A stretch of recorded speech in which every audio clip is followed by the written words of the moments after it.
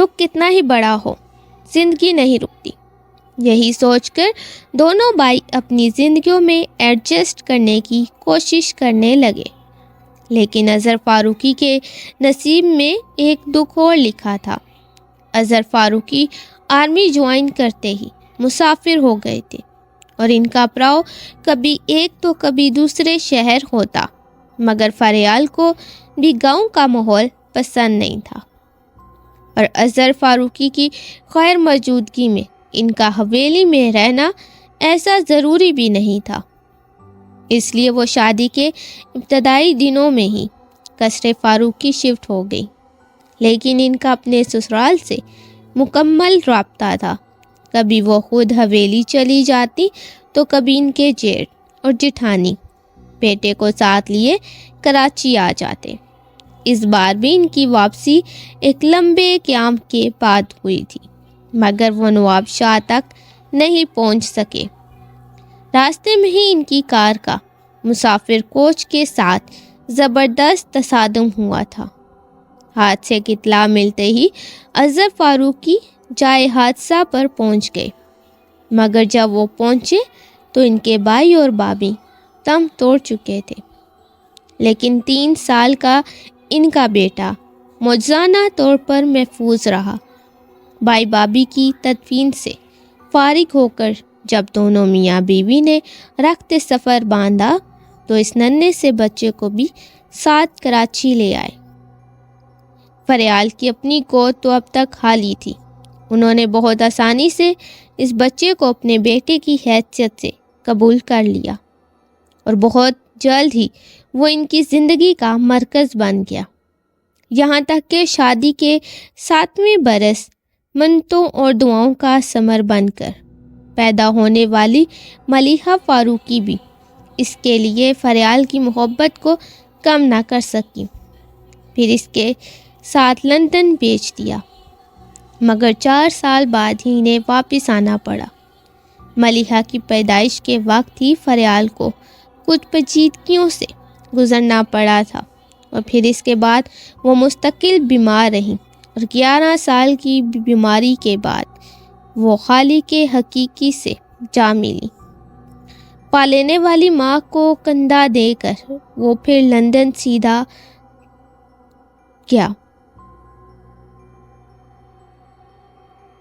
مگر ملیحہ کی زندگی میں حلا ہمیشہ کے لیے ٹھہر گیا۔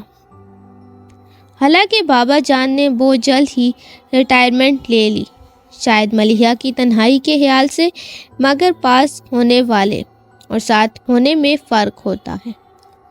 اب صورتحال یہ ہے کہ وہ یا تو اپنی اسٹڈی میں وقت گزارتے یا اپنے پرانے دوست ملک ناصر کے ساتھ شطرنج کھیلتے، اور میری یعنی ملیحہ فاروقی کی روٹین بھی بس یوں ہی سی ہے۔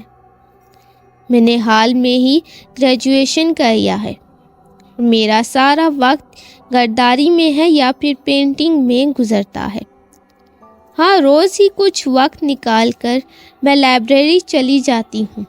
ویسے تو بابا جان کی لائبریری میں میرے لیے بہت سی کتابیں ہیں، مگر لائبریری جانے کی وجہ صرف اتنی ہے کہ میں اس تنہائی سے کچھ دیر کو پیچھا چھڑا سکوں جو امی جان کے انتقال کے 9 سال بعد بھی مجھے بوکھلا دیتی ہے۔ مگر اب شاید تنہائی کا احساس کچھ کم ہو جائے۔ پڑھائی ختم کر کے نور الخدا نے لندن میں جاب بھی کر لی تھی، پر اب سنا ہے کہ بابا جان کے بھتیجے ہمیشہ کے لیے واپس آ رہے ہیں۔ تانیہ کو جھٹکا لگا تھا، وہ جلد ہی سیدھی ہو بیٹھی، مگر اس نے اس لائن کو دوبارہ پڑھا، پھر تیسری اور چوتھی بار۔ ہر بار پڑھنے سے ایک ہی بات سمجھ میں آئی، پاپا دادا جان کے بیٹے نہیں ہیں۔ یہ اس کے انکشاف تھا۔ وہ سوچنے لگی، اگر یہ بات سچ ہے تو چھپائی کیوں؟ بھلا اس بات کے پتہ چل جانے میں کیا حرج ہے؟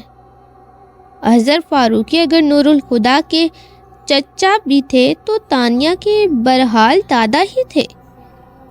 پھر اس نے سوچا جب تک وہ سب کچھ جان نہیں لیتی اس بات کو خود تک محدود رکھے گی۔ اسی وقت دستک کی آواز پر تانیہ اچھل گئی۔ اس نے جلدی سے ڈائری اپنے پیچھے چھپا لی۔ دروازہ کھلا ہے۔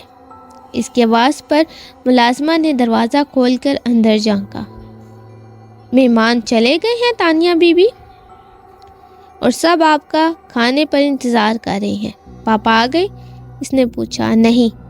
ٹھیک ہے، تم چلو، میں آتی ہوں۔ اس کے جانے کے بعد وہ ڈائری ہاتھ میں لے اٹھی اور چلتے ہوئے تصویر کے سامنے جا کھڑی ہوئی۔ مجھے شک سا ہو رہا ہے کہ ملیحہ فاروقی آپ ہی ہیں، اور اگر آپ ملیحہ ہیں تو یہ ڈائری بھی آپ نے ہی لکھی ہے۔ ہمیشہ سے میرا دل چاہتا تھا کہ میں آپ کے بارے میں کچھ جان پاؤں، اور اب یہ ڈائری مجھے آپ کے بارے میں کافی کچھ بتانے والی ہے۔